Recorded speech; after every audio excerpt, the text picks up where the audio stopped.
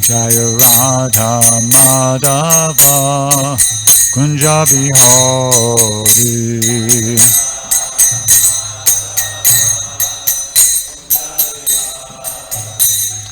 Gopi Jana Vallabha Girivardhari.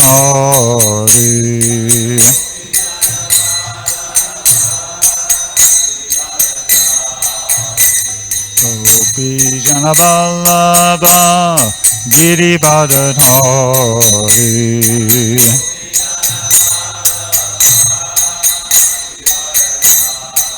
Yasodanandana Bhaja Jana Ranjana.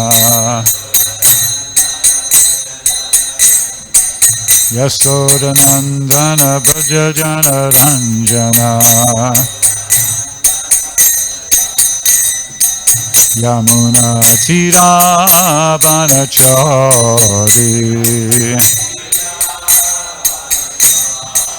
Yamuna Tira Banachari.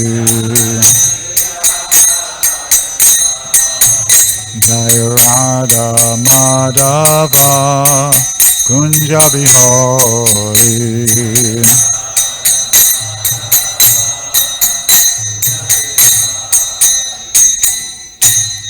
Vishnupad Paramahansa Parabhajikacharya Sotadasatashishishmad His Divine Grace A.C. Bhaktivedanta Swami Srila Prabhupada Ki Jai.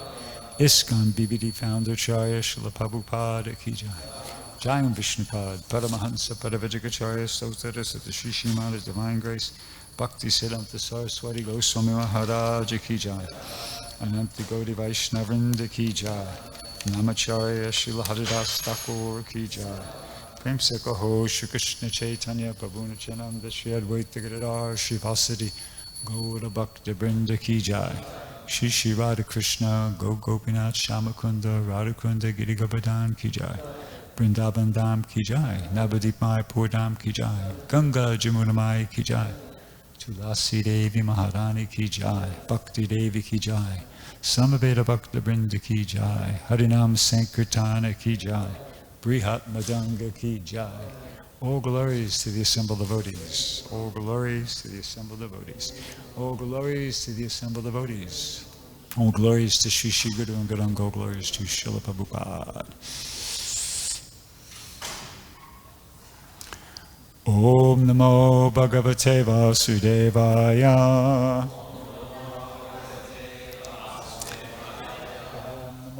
Bhagavate Vasudevaya. Om Namo Bhagavate Vasudevaya.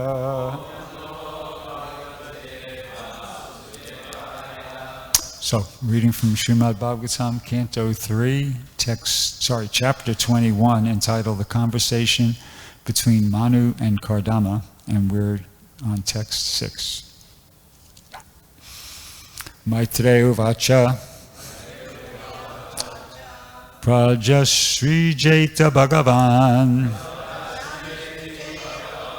Prajashri Jaita Bhagavan Kardamo Brahmanoditaha Kardamo Brahmanoditaha Sarasvatyam Tapastepi Sarasvatyam Tapastepi.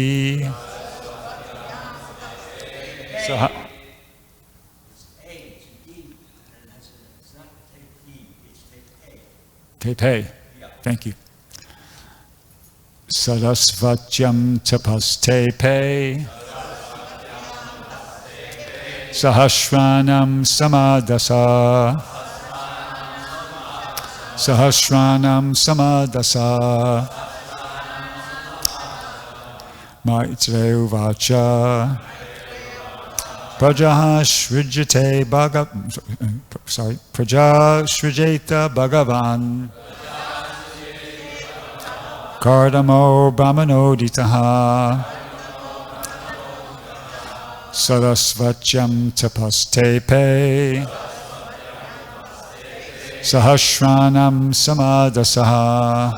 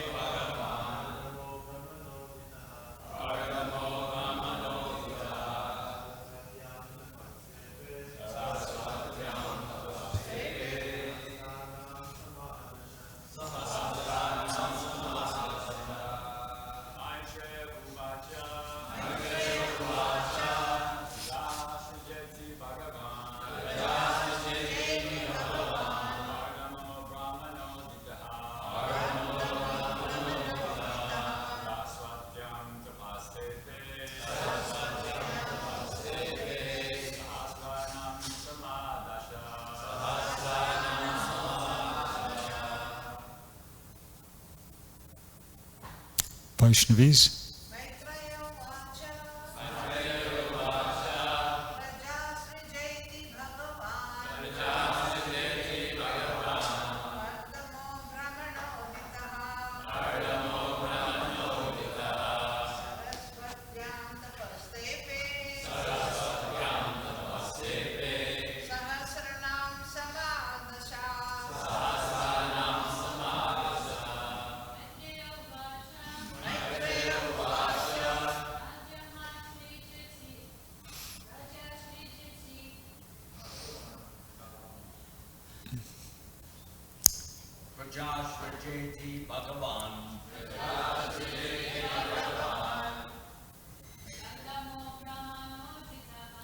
Hardamo Brahmanoditaha.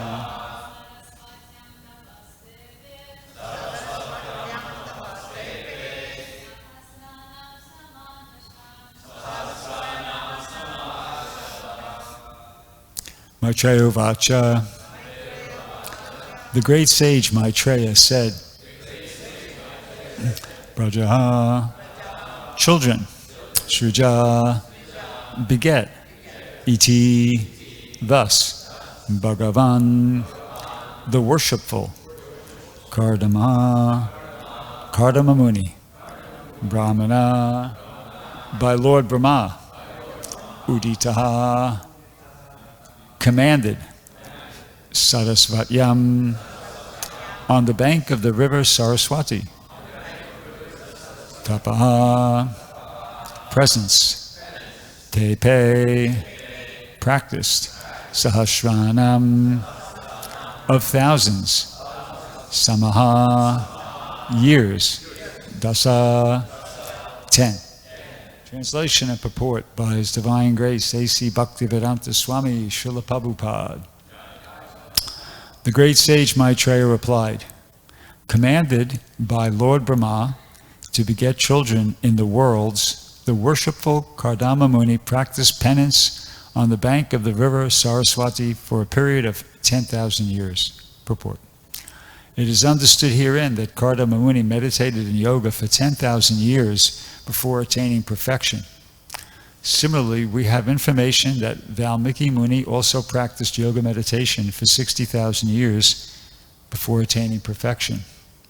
Therefore, yoga practice can be successfully performed by persons who have a very long duration of life, such as 100,000 years. In that way, it is possible to have perfection in yoga. Otherwise, there is no possibility of attaining the real perfection. Following the regulations, controlling the senses, and practicing the different sitting postures are merely the preliminary practices. We do not know how people can be captivated by the bogus yoga system in which it is stated that simply by meditating 15 minutes daily, one can attain the perfection of becoming one with God. This age, Kali Yuga, is the age of bluffing and quarrel. Actually, there is no possibility of attaining yoga perfection by such paltry proposals. The Vedic literature, for emphasis, clearly states 3 times that in this age of Kali, Kalo nasteva, nasteva, nasteva, nasteva. There is no other alternative, there is no other alternative, there is no other alternative than Harinama, chanting the holy name of the Lord. Om Gana Timadam Dasya Jananjana Shakya Chakshurda Militamyena Tasmai Shri Gudave Namaha Shri Chaitanya Manobhistam Stapitamyena Bhutale Swayam Rupagaramayam Didati Swaparadikam. So before I start speaking about today's verse and purport, I'd just like to say a little something about Balaram Prabhu, who left us yesterday. His wife is here. There's going to be a memorial service and everything, but I just feel like it's appropriate. Balaram, Filipino Balaram is how? Sorry? Yeah, Filipino Balaram. He departed yesterday, and so he was a friend of mine for decades, and he was ill for many, many years, and that's why most of you may not know him very much or at all, because he had to choose between coming, having a strict sadhana, like because he was a serious devotee, or working because he had family. He has 2 sons and wife like that. So he had to, he was working, and he did that right up until the very end. And, my association with him in these later years was usually just seeing him sitting in his car. He drove Uber and like that. And, we'd always kind of see each other in the morning and just exchange some words. And he was always had something Krishna conscious to say, always friendly, always encouraging. Really, nice devotee, nice association. And personally, I'm really going to miss him. Really, it's really a shame. But hopefully he's in a much better situation already. And because, it's not easy being in a body that's ill for a long period of time. And I'm kind of sad that he's no longer with us, but I'm sort of, I feel kind of also happy and relieved to know that he doesn't have to suffer in that situation. Anyway, there's going to be a memorial service, and everybody will get their opportunity to say something about Balaram and share their remembrance. Okay, so today's purport. All right, so Prabhupada's making the point. The translation is talking about how Kardama Muni was commanded by Lord Brahma to beget children. And he was practicing penance on the bank of the river Saraswati for a period of 10,000 years. So in the purport, Prabhupada really only deals with one point touches upon one aspect of what's stated here in the translation, which is the duration of life. He's making the point that Kardama Muni and the people who lived in the Satya Yuga, they have a duration of life of 100,000 years. And so that's why, they're able to perform or attempt this Ashtanga Yoga or Dhyana Yoga system, meditational system. It's very difficult. It's very difficult. And to do it successfully. And Prabhupada's making the point here that, in order to, one of the things you require to do it successfully is a long duration of life. Some of the aspects, just to give you an idea of how the difficulties involved, it's mentioned in the Bhagavad Gita, and it's also mentioned in the Srimad Bhagavatam. There's a chapter where Krishna instructs Uddhava in the yoga system. And in both places, the instruction is the same. One of the things you got to do to practice this system properly is you have to sit very straight, back erect, head in a straight line, but at the same time comfortably, and you have to stare steadily at the tip of the nose, which is, if you try doing that, it's not easy to do it, but to do it for like years on end. And also, another thing is that these yogis, in order to achieve the perfectional stage, they go into trance. They stop breathing. And this is like, it's no joke. That's why Sobari Muni was able to meditate under the water, because he wasn't breathing. See, so it's very difficult to do, and as Prabhupada's pointing out here, you need a long duration of life, and in Kali Yuga, we don't. We have a short duration of life. We're living for less than 1/1000th of what people were living for in the Satya Yuga. They're living for 100,000 years, and people in the Kali Yuga are lucky if they live for 100 years. So that's, a point that Prabhupada really is making in his purport here. And another point he makes is that what people are doing today is only the preliminary practices. He says, following the regulations, controlling the senses, and practicing the different sitting postures are merely preliminary practices. So, with people today, in a sense, they don't understand they don't know what to get. They don't understand how difficult that is. They're just familiar, acquainted with these preliminary practices, but there's a lot more to it than that. Then Prabhupada goes on to say here, he says, we do not know how people can be captivated by the bogus yoga system in which it is stated that simply by meditating 15 minutes daily, one can attain the perfection of becoming one with God. So this is a polite way of criticizing. Magendra explained to me that in legal circles, if somebody says something that's really outrageous, ridiculous, blatantly incorrect, they don't the proper response is not that you say, that, how could that idiot make such a stupid statement? No, you don't say that. You say, I don't know how so-and-so could have said that.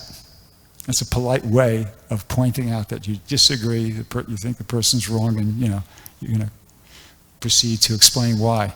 So Prabhupada's politely criticizing here. We don't know how people can be captivated by the bogus yoga system.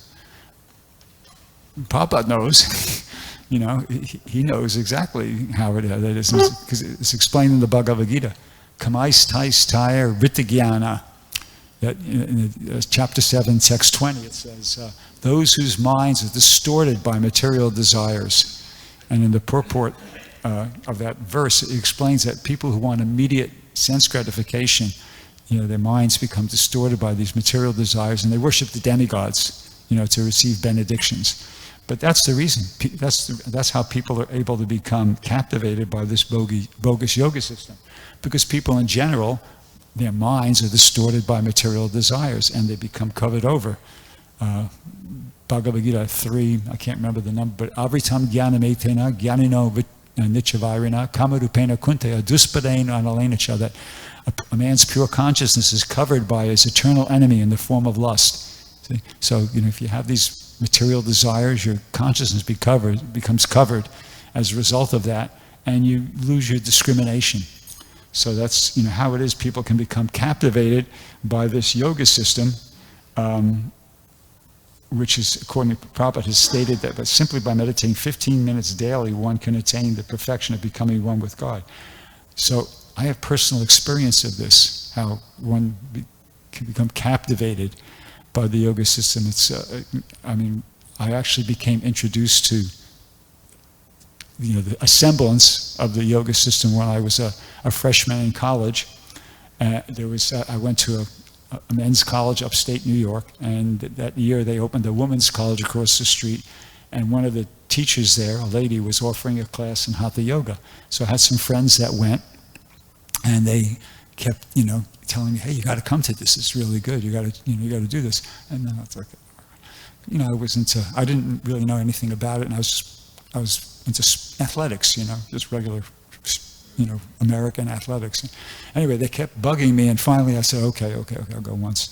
So I went, and the class was like 6:30 in the morning, and so I just was in the room and did what everybody else did, and the lady was really good. She was, she was good at herself at doing it, and she knew how to teach it. So I just followed whatever she said to do. And I got to admit that, by the end of the class, I felt like really good. I felt great. And I was thinking, whoa, what the heck is going on here? Because, I had, as I said, I was very active. I was very, did a lot of different athletic sports and stuff like that. And at the end of that class, I just felt like, wow, this is, I feel this has done more for me than all that other stuff put together. I felt like relaxed and energetic at the same time. And it was just the first class. It's just that, so I thought, whoa, wait a second. There's something more to this than just a bunch of, bending and stretching. There's some wisdom or science behind all this, So I decided I got to get books, about this and, study up. So I did. And every Hatha Yoga, every book I got on yoga at the time, which was available, sure enough, in the introduction, it was a whole bunch of philosophy. And it's explained about this is, the eightfold, the different limbs, and, the philosophy behind it. So I said, just what I thought. There's a whole philosophy behind this. This is not just some, haphazard bending and stretching. So so the thing was this, that, once again, I'm explaining how somebody could get sucked into the whole thing, captivated. I was completely captivated. And I got into it hook, line, and sinker because, I thought, well, geez, if the preliminary stuff is so effective, if I'm feeling so much better just as a result of doing the asanas, or, then the rest of it must be true. This works so well, so it must, the other stuff must be true too, but it wasn't. And it was in the books I was reading, it wasn't, the conclusion of the philosophy wasn't bhakti yoga. It was something impersonal and, something similar to what like Prabhupada's describing here, attaining perfection of becoming one with God. It was all very vague though, and I didn't really even know what it was that what the goal was. I just kind of thought that I'll just keep doing this, and when I get better at it, and I'm able to kind of like sit in a lotus position and kind of, do maybe some pranayamas, and somehow I'm just going to get more and more and more enlightened, and at one point I'll just be completely enlightened. I didn't really understand how it would all work, but I just had that, based upon my good experience of doing the asanas, had this faith that, it's just all going to go step by step, and that's what's going to happen. But once again, it's illusion. It doesn't work like that, but I can understand, Prabhupada's saying, how do people become captivated by the bogus yoga system? That's how, because I was after material enjoyment. I wasn't searching for spiritual realization at that point. I was just after material enjoyment, and it provided material enjoyment, you see? It provided material enjoyment, and that's what people are after. I was after that, and in general, people are after material enjoyment, and if they get it, they become captivated by that thing, you see? So what's the harm with that? Well, feeling good isn't everything. It's good. It's nice to feel good. It's nice to feel healthy and energetic and relaxed at the same time. That's good, but it's not everything. I mean, here's an example of how feeling good isn't everything. Illicit sex feels good. So does meat eating, intoxication, and gambling. They all feel good. That's why they're popular. That's why people do them, because it's enjoyable, right? But is it the right thing to do? That's the more important consideration. It's definitely a good thing. It's a consideration. We want to feel good. But a more important thing is this the right thing to do? So in the case of illicit sex, meat eating, intoxication, gambling, at least as devotees, we know that no way. There might be some pleasure in doing those things, but they're not the right thing to do. Those are like very sinful activities. Prabhupada would refer to them as the 4 pillars of sinful life, extremely sinful activities. So despite the fact that, as a result of doing those things, you feel good, we don't want to touch them with a 10-foot pole, because, we have this philosophical conviction that no, those are really sinful activities. I'm not doing that. There'll be reaction, for that. But, so that's there. But what about Hatha Yoga? I mean, what's sinful about that? Why didn't Prabhupada, here's a question, I'm going to answer it too. Why didn't Prabhupada encourage us to do Hatha Yoga? Because what's sinful about that? What's sinful about doing some, asanas and pranayamas, and as a result, if you do it properly, feeling really good, really feeling a lot of benefit on the physical and on the material level. There's a lot of benefit. So why didn't Prabhupada encourage us to do that? I'll answer it. The reason is this. No, but I'm going to answer it. Sorry, yeah. Yeah. No, I said I'm going to ask the question and I'm going to answer it, because okay, yeah. I know. And I learned well. That's why I'm going to answer it. So the answer is this, that Prabhupada understood that his disciples were not very, what to speak of being mature in Krishna consciousness. They weren't mature adults, and they didn't have like the greatest discrimination. And in general, people are misled by material enjoyment. So Prabhupada didn't want to see his disciples become distracted. Here's a couple examples to support this point. One was in Juhu, and Prabhupada was going for a morning walk on the beach with his disciples. And so they're walking along. It's towards the end of the walk. And they see there's a few men on the beach, and they were standing on their head. And the devotees went to Prabhupada. They saw him, and they went to Prabhupada. Prabhupada, look at those mudhas, standing on there. And Prabhupada looked over and he said, that is not, mudha means ass or fool. So Prabhupada looked over and he said, that is not foolish, that is sirasana. He says, that is good for one's health. And they were kind of like, because they'd always heard Prabhupada criticize Hatha Yoga and like that. So they were kind of taken aback, and they were quiet, they were silent, and they were walking, and then as I said, it was towards the end of the walk, and they got to the car, and so one devotee said, so Prabhupada, so should we do that? And Prabhupada, he was facing the car, and he paused, and then he turned around, and he threw his chadar over his shoulder, like he would do sometimes. Not required. And he turned around and he got in the car and they drove off. Apparently they had some further discussion about it in the car, I can't remember how it went. But that's what he did on that occasion. Now you could say, well, why did he do that?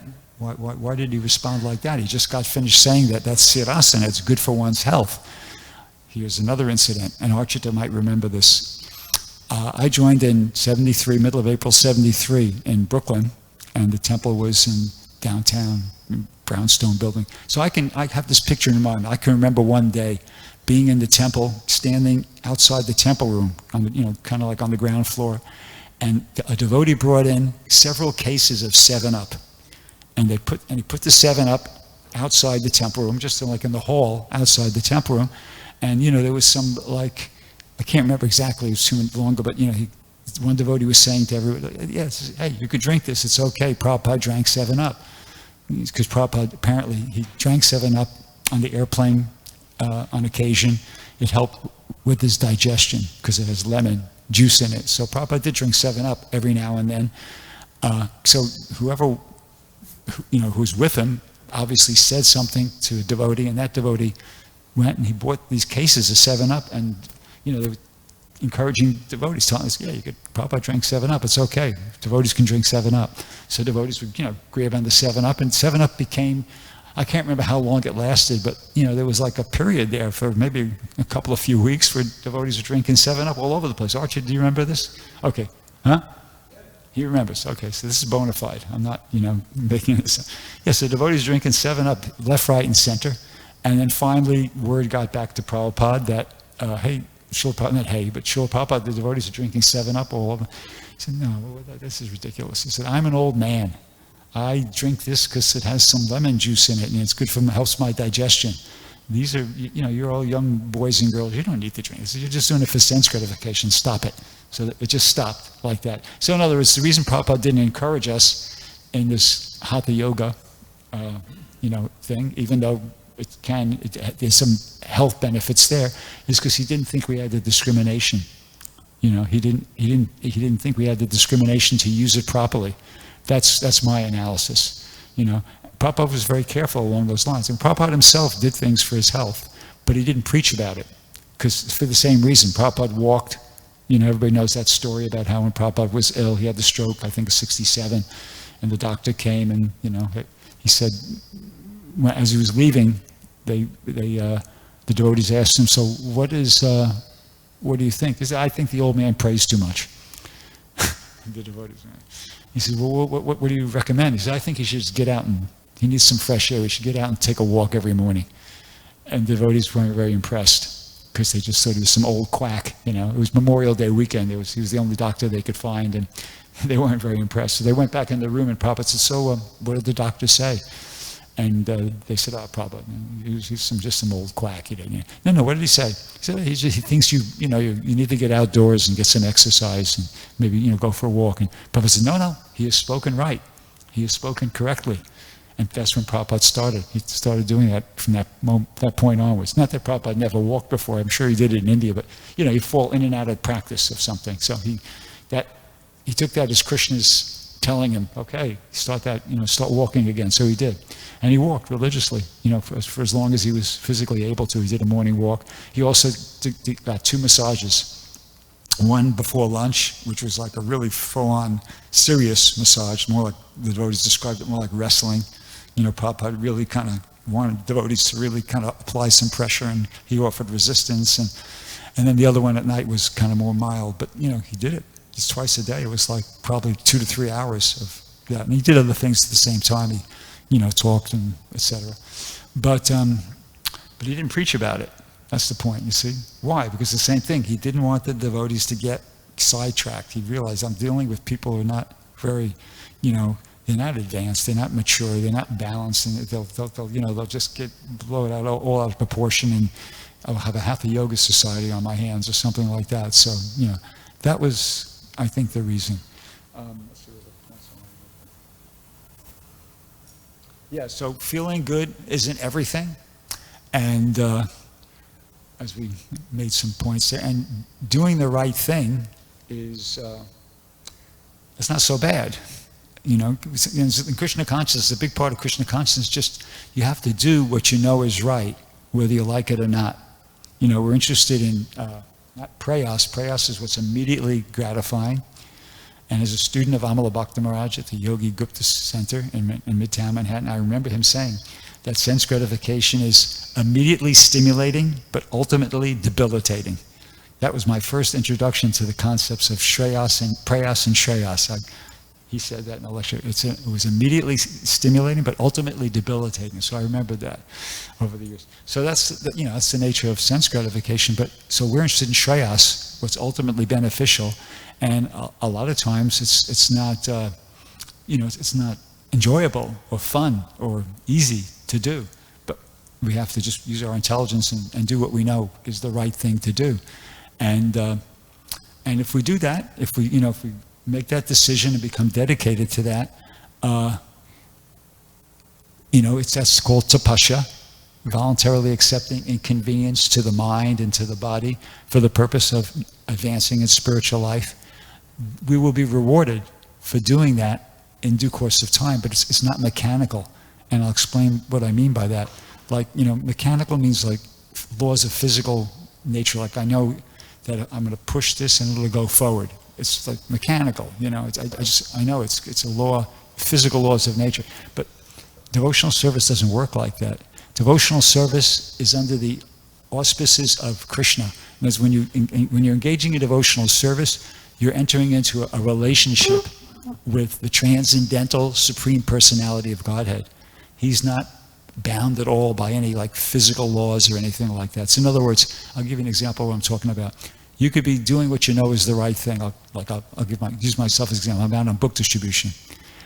So that's my service. So the right thing for me to do is to do it, to go out there and do it. Now some days it's cold, everybody's rejecting you, and people are coming to the table and saying you're not supposed to be here doing this, what you're, blah, blah. You just get, it's like, it's no fun, because of all the different factors. It's the furthest thing from, materially enjoyable. But with your intelligence, this is my service. Let me just keep doing it, and also you're feeling like nobody's taking any books. It's just kind of like, but you keep trying. But then something happens, and then everything changes. Prabhupada explained it in one letter to Brahmananda. Prabhupada, I don't know what Brahmananda inquired, but Prabhupada, in his letter responding to it, he said, regarding Krishna's being kind upon us, should be on the principle that Arjuna followed. Arjuna was Krishna's best friend, and this is paraphrasing, but Krishna never offered just, relax, chill out, I'll take care of it. No. He said, ordinarily, we have to try to our best capacity to achieve something, but by Krishna's grace, all of a sudden, we shall see everything is there. This sort of help from Krishna is transcendental happiness. See, so in other words, if you just keep trying, you do what you know is the right thing to do, what we've learned from Srila Prabhupada, and we do it, whether we're enjoying it or not, whether we like it or not, we just do it. And when Krishna's pleased, he reciprocates. And Prabhupada says, this sort of help from Krishna is transcendental happiness. And you experience that in every service. I experience that in book distribution. I'm sure the Pracharis experience that. They have a morning when something happens and it's very rushed, and or it's a big festival and they're not sure how it's going. They just really try, and they're kind of thinking, this is it. But then everything works out so beautifully. Just everything comes into place, and it's Krishna.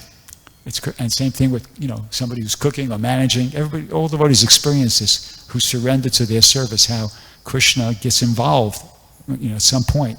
Well, he's involved the whole time, but when he becomes pleased, then, all of a sudden, by Krishna's grace, everything is there. And as Prabhupada said, this sort of help from Krishna is transcendental happiness. See, so when that happens to me on Sankirtan, like I'm out there and as I said, it's horrible and I'm feeling kind of very discouraged, but I just keep pushing on. It kind of happened yesterday, a mini occurrence yesterday. It was really kind of struggling, and then just at some point, Krishna, Super Soul, just reminded me, hey, you got the picture of the 6 Goswamis there, but you're not chanting. You just kind of look, and I said, oh yeah, How come? And I just started chanting, Bande Rupa Sanatano Raghuyago Shri. I just started chanting that mantra and praying to the 6 Goswamis. And immediately, as soon as I started doing that, I felt like, uh-oh, something's going to happen now. I could feel it, And sure enough, everything changed. People started coming, taking the books, and, just boom, boom, boom, boom, boom, boom. A lot of sales, good donations. Oh, wow, it's amazing. So that's Krishna. So that I was happy. This sort of help from Krishna's transcendental happiness. But the happiness wasn't that, I'm getting all this money now. No, the happiness is that you're feeling that Krishna is reciprocating, you see. And Prabhupada acknowledged this point. Prabhupada himself said in a letter to Sudama in 1972 or 3, he said, when I was alone in New York, I was thinking, who will listen to me in this horrible, sinful place? But at least I can distribute a few of my books. That is something.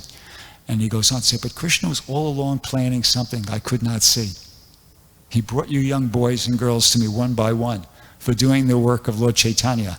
Now I could see it's a miracle. Otherwise, one old man in your city of New York with barely enough money to buy his food, how could he survive? What to speak of spreading a God-conscious movement to save the whole world? And then Prabhupada repeated, now I can see it's a miracle. So same thing. Prabhupada was just he kept going. He had, sense of duty. He had this incredible sense of responsibility to his spiritual master. And he's basically expressing there how he got a miracle. He felt like he got a miracle from Krishna. But Krishna was all along planning something I could not see. And at the right time, at the right moment, when Krishna wanted to, he sent the young boys and girls one by one to spread the Krishna conscious movement. So, so we have to just, focus on doing the right thing. This is a very sober purport. Prabhupada's just, the overall tone of the purport is, don't be intelligent, be sober, understand that you can't do that yoga process. It's not meant for this age. You're not equipped to do it. It's very difficult. And the Shastras say, as Prabhupada concludes his purport by saying that there's no other way than to chant the holy name. So just, be sober and just take shelter of that, and it'll all work out. And that's, I think I'm going with that myself, and that's kind of been my experience. And so that's basically my realization, what I had to share. So does anybody have any question? Prabhu.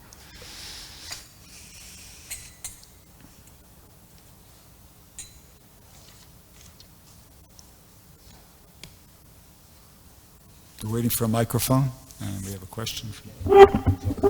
Yeah.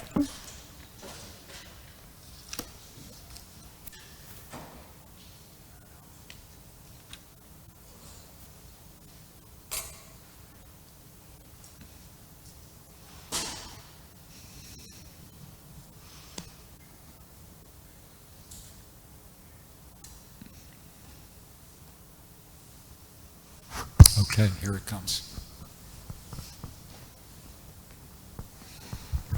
Hare Krishna, Bhrgupati Prabhu, thank you very much for a beautiful class. Thank you, Bhrgupati Prabhu, for such a beautiful class. Prabhu, how do we explain that in our movement we had many of these yoga centers that are becoming very popular, and at the same time... Say it again, I missed it. So in our movement, we had many yoga centers, like lately, have become very popular, and devotees are getting into these yoga practices in order to preach Krishna consciousness. So, and you have explained it right now that actually we should not get sidetracked with all these practices. So, some devotees are very successful, but at the same time, it's kind of controversial in some places, because how can you give some advice that it can reconcile the benefits and at the same time, to be careful? Yeah, I could say a few little things about that. It wasn't something that happened while Prabhupada was with us, except for one exception I can think of, is that there was this one sannyasi, Paramahamsa Maharaj. Was that? He was preaching in Persia, Iran, and he was preaching, he was teaching Hatha Yoga to some members of the royal family. Was it Paramahamsa? It started with a P, I can't remember now. But he was preaching, teaching Hatha Yoga and using that as a way, like a needle out like a plow. And Prabhupada, that was brought to Prabhupada's attention, and Prabhupada was pleased by that. He said, this boy is very intelligent. But in general, it's not something that went on within ISKCON. That is going on now, well, you got to judge a process by the result. If people are doing that, if devotees are doing that, and they're getting people to become devotees, and as a result of them, starting them off with that, that's good. But if it's, you got to be careful. Prabhupada had his reasons why he didn't encourage it, So that also has to be bare in mind. So Archita has his hand up here, wants to add something. Please, pass the microphone.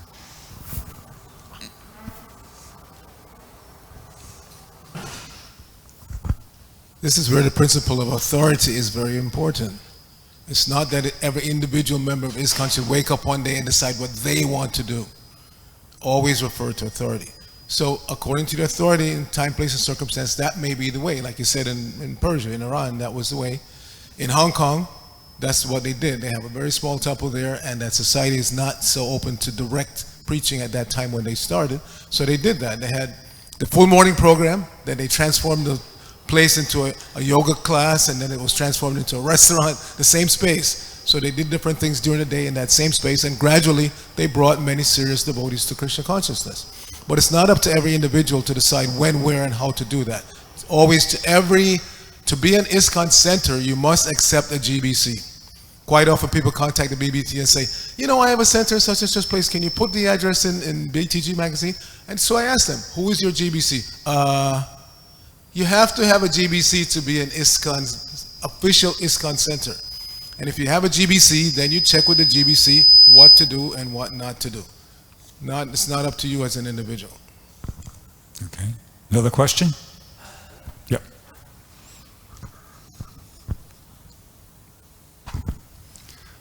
It's pretty clear in atheistic societies like everywhere in the world that something like Eightfold Yoga would be attractive if they don't believe in God or chant Hare Krishna. So I look at the Eightfold Yoga system, and everything seems practical and easily dovetailable, like morals or logic in Krishna consciousness, or sitting so you can chant better, or controlling the senses by meditating on Krishna. Can't we, instead of discriminating against it, which Prabhupada did 50 years ago, which was practical since he had so many services he had to do, can't we just all use, just dovetail the whole Eightfold Yoga system and make it clear that there's something that you can do bhakti within it? You could dovetail a certain amount of it, and Prabhupada does it. We're going to hear it. We're coming up to those chapters in this canto. There's one purport where he talks about swasti asana, and he actually says in the purport that if one can sit like that, it'll help one concentrate on the Supreme Personality of Godhead. So to a certain extent, it can be dovetailed, it can be used in Krishna's service, but then in that same chapter, Prabhupada goes on to clearly say that there's no need, the chanting is, will achieve the same result as the meditating, and it's more practical and more effective for people in this age. So, to a certain extent, there's things that we can adopt, but it can only take it so far. Thank you. Okay, thank you. Grantharaj Srimad Bhagavatam Ki Jai, Srila Prabhupada Ki Jai.